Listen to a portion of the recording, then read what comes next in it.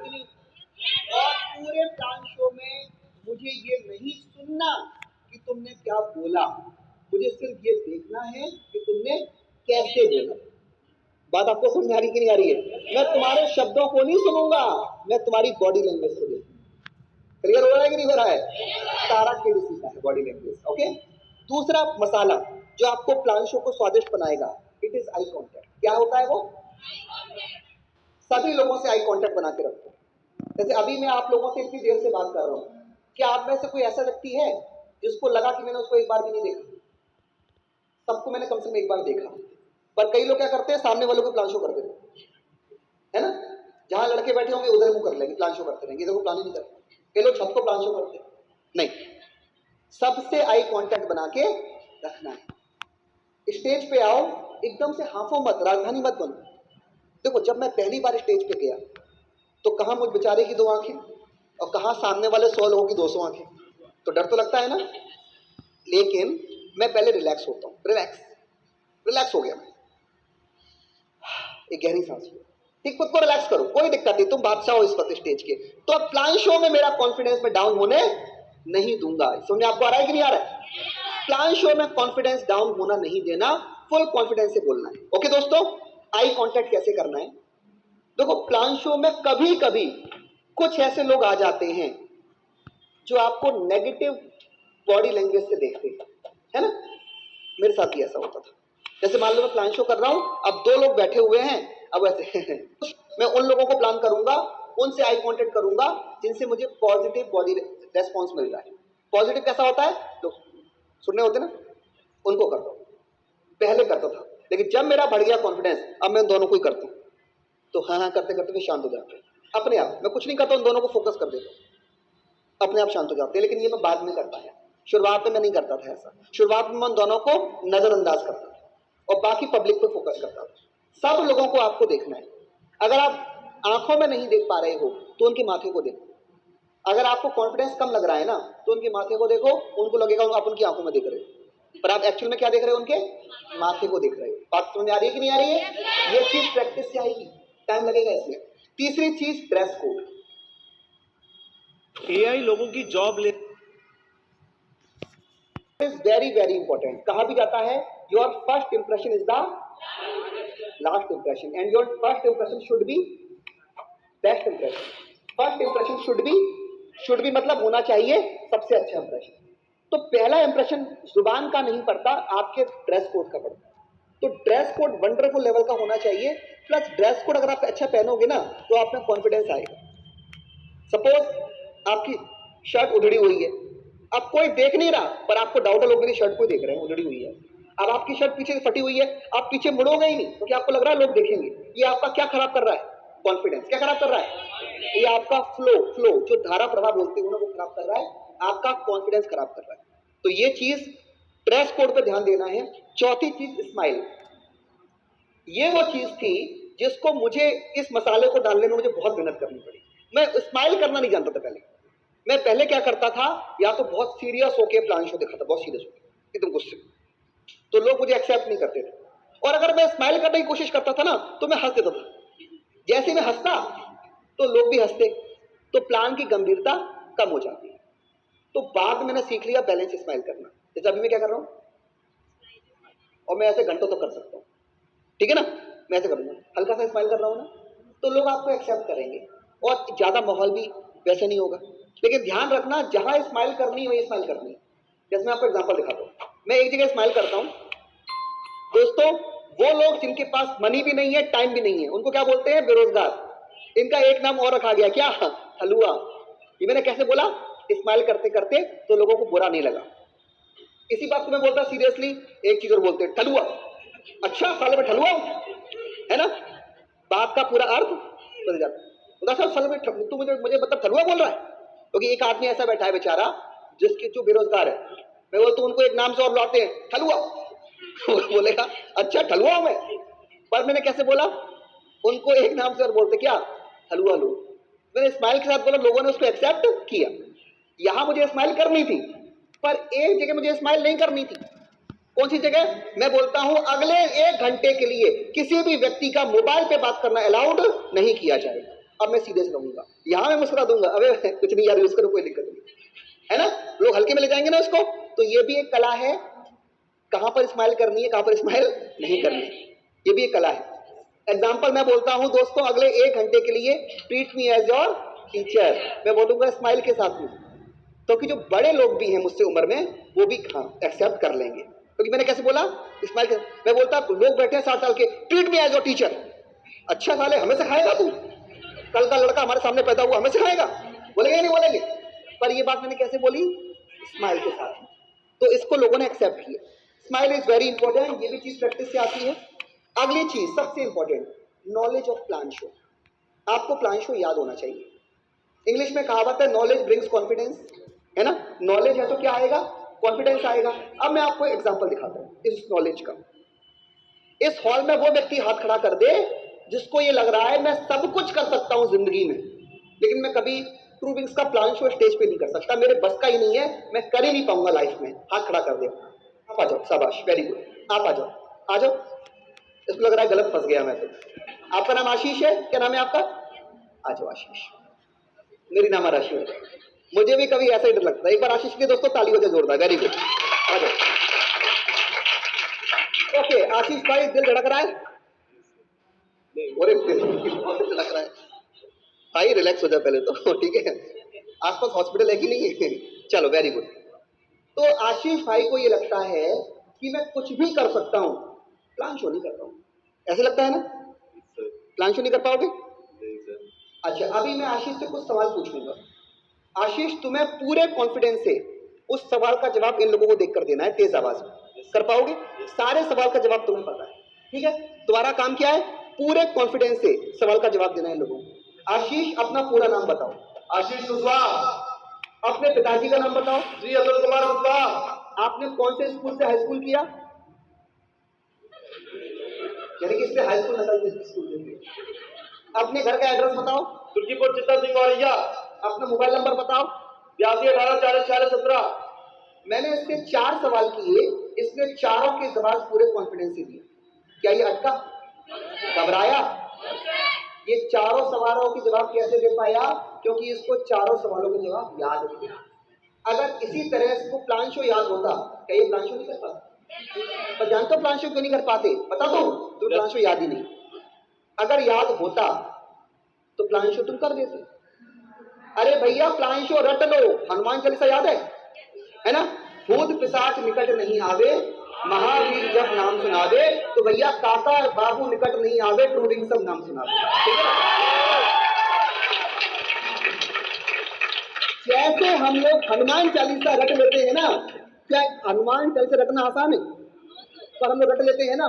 अरे plan show रट लो यार, तुम्हें हनुमान चालीसा आती है, पूरी पूरी क्या आती है, आरती आती है पूरी, हाँ, तो तुम गा सकते हो आरती, बोल सकते हो, हाँ, तो ऐसी बस प्लान शो भी याद कर लो, प्लान शो भी बोलना है, कुछ नहीं करना, ठीक है। एक बार ताली आशीष की जोरदार, वेरी गुड। हेलो, क्या 199 knowledge of plan show, knowledge of plan show याद होना चाहिए। अगर प्लान शो याद है, धारा प्रवाह प्लान शो बोलते चले जाओगे, अटकोगे ही नहीं। प्लान शो याद नहीं है, ये सब करोगे, ठीक है ना। प्लान शो याद है, अटकोगे ही नहीं। मैंने इससे 4 सवाल किए, इससे एक सवाल में अटक गया, स्कूल का नाम, क्योंकि कभी स्कूल गया ही नहीं होगा, ठीक है ना। मोबाइल नंबर इसको याद, पापा का नाम याद, एड्रेस याद, तेज आवाज में बोला, पर जैसे बोला स्कूल, है ना। इससे दोस्तों क्या साबित होता है, अगर हमको प्लान शो याद होगा, क्या हम प्लान शो नहीं कर पाएंगे, हम प्लान शो डेफिनेटली करेंगे। प्लान शो याद होना चाहिए, कोशिश तो करो, आपकी बॉडी लैंग्वेज ही चेंज हो जाएगी। अगला जो हमारा पॉइंट है, इसको बोलते हैं पोस्चर। क्या बोलते हैं इसको, व्हाट इज पोस्चर। पोस्चर होता है खड़े होने का या बैठने का ढंग। दोस्तों खड़े होने का प्रॉपर ढंग क्या होता है, सुनो ध्यान से। जब हम खड़े होंगे प्लान शो में, बड़े प्लान शो में बता रहा हूं, it is only for big plan show, ध्यान रखना। केवल इसमें एक चीज ऐसी है जो आपको 1 to 1 और होम मीटिंग में भी चाहिए, वो है नॉलेज ऑफ प्लान। क्या है, जो प्लान शो याद होना चाहिए, बस उसको छोड़ के जितनी बातें मैं बता रहा हूं, ये बता रहा हूं मैं बिग प्लान शो के लिए, स्टेज पे प्लान कैसे करना है, ठीक है ना। तो बाकी चीजें जरूरी हैं 1 to 1 और होम मीटिंग में, पर इतनी जरूरी नहीं है जितनी इसमें जरूरी है, ठीक है। अब दोस्तों कैसे करना है प्लान शो, मैं आपको दिखाता हूं खड़े होने का तरीका। सबसे बड़ी दिक्कत होती है इन हाथों का क्या करें, है ना। प्लान शो मेरे को, मैंने सब कुछ करके देखा है, इनको कहाँ ले जाऊं, मन करता कोई आके बोले ये हाथ मुझे दे दे ठाकुर भाई, तू ही ले जा, इन हाथों को मैं करूँ तो करूँ क्या। एक्चुअली जब आपके हाथ में माइक होता है तो फिर भी आसान हो जाता है, आपका एक हाथ बिजी हो गया, एक हाथ क्या हो गया, और दूसरे हाथ से आप प्लान लिख लेते हो। समस्या तब होती है जब प्लान हो रहा है प्रोजेक्टर पर और माइक भी हाथ में नहीं, तो इन हाथों का तो मैं करूँ तो करूँ क्या। ठीक है, सुनो, कई लोग क्या करते हैं, हाथों को जेब में डाल लेते हैं, ये गलत है। अगर आप हाथों को जेब में डाल रहे हैं, देखो इसको बोलते हैं बॉडी लैंग्वेज। आपका एटीट्यूड हो गया लापरवाह। अगर आप हाथों को ऐसे करके खड़े हैं, यू आर डिफेंसिव। आप कैसे खड़े हैं, डिफेंसिव। हाथों को ऐसे करके खड़े हैं पीछे, इसका मतलब आप रेस्पॉन्सिबल नहीं। ये जो सारी चीजें हैं ना, ये आपके बॉडी लैंग्वेज को शो करती हैं। हमें पता नहीं होता इतनी डीपली चीजें, पर पब्लिक में कुछ लोगों को पता होता है।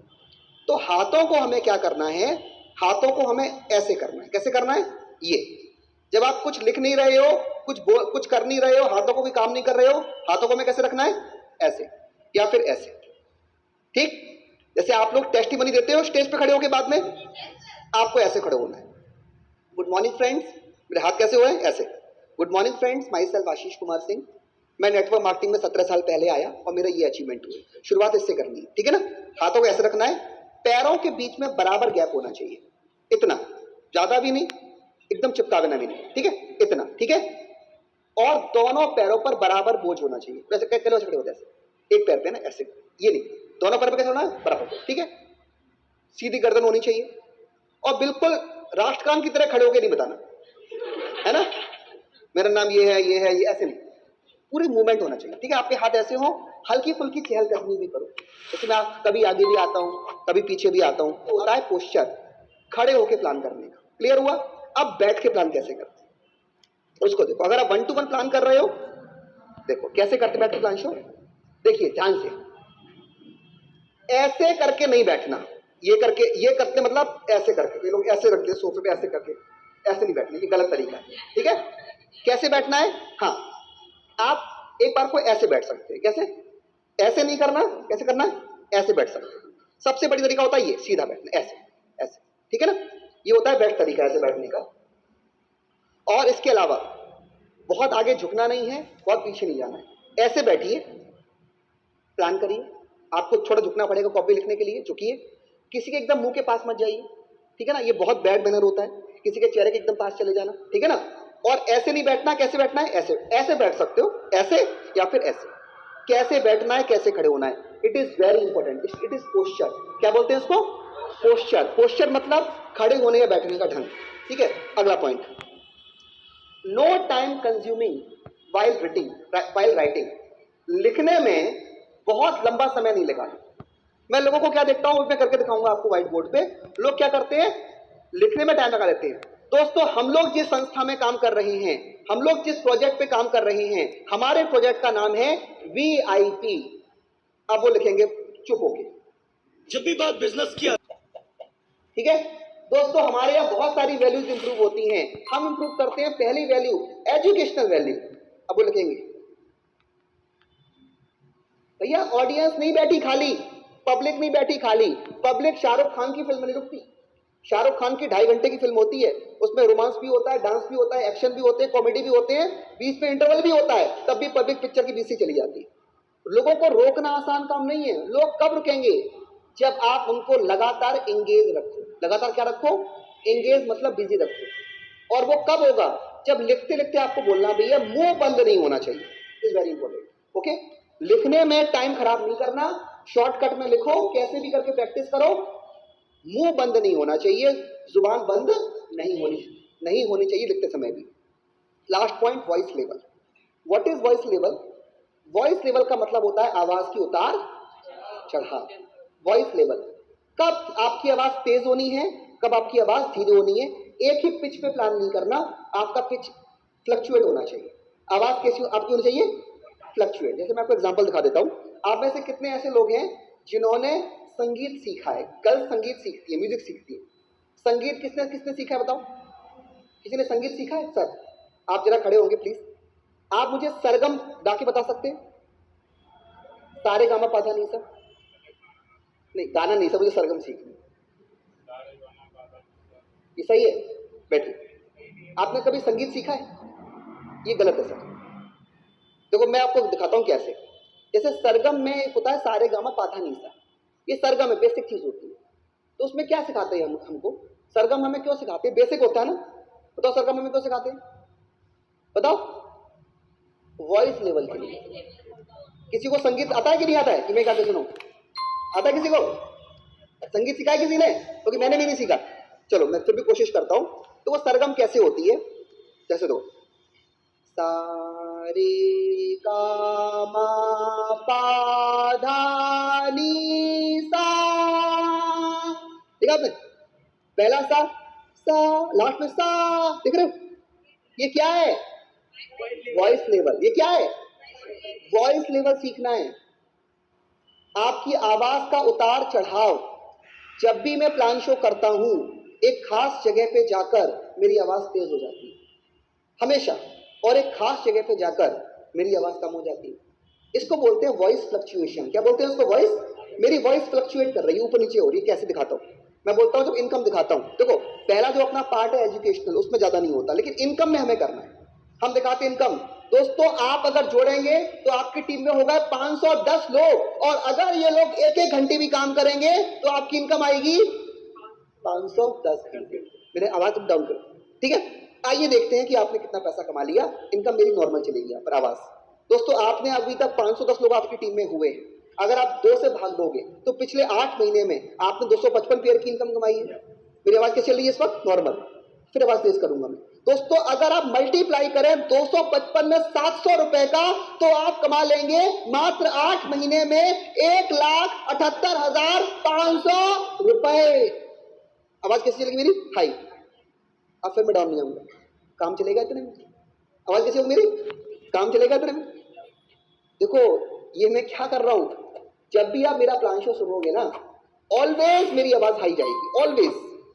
उतार ऊपर जाएगी ही जाएगी, नीचे भी जाएगी। पर तुम लोग सिर्फ ये सुनते हो मैं क्या बोल रहा हूं, तुम लोग ये देखते नहीं हो कि मैं कैसे बोल रहा हूं। सारा खेल इसी का है, प्रेजेंटेशन का। समझ में आ रहा है कि नहीं आ रहा है? बिना मसालों के सब्जी में स्वाद नहीं होता। बिना इन इंग्रेडिएंट्स के तुम्हारा प्लान शो कभी ऑर्डर एक्स्ट्रा ऑर्डिनरी नहीं बनेगा। एसोसिएट की तरह प्लान करोगे, पर तुम्हें प्लान करना है लीडर की तरह, क्योंकि आने वाले टाइम पे तुम्हारी कलर्ड कॉर्बन कॉपी तुम्हारी टीम में बनेगी। अगर मेन कॉपी में ही ये सब चीजें नहीं है तो बाकी चीजों में भी आ जाएगी। तो हमें पहले क्या बनना होगा? परफेक्ट। हमें क्या बनना होगा? हमें केवल सब्जी नहीं बनानी है, हमें बहुत ही स्वादिष्ट सब्जी बनानी है। हमें केवल प्लान शो नहीं करना है, हमें इन मसालों को डाल के एक जबरदस्त प्लान करना है। समझ में आ रहा है कि नहीं आ रहा है?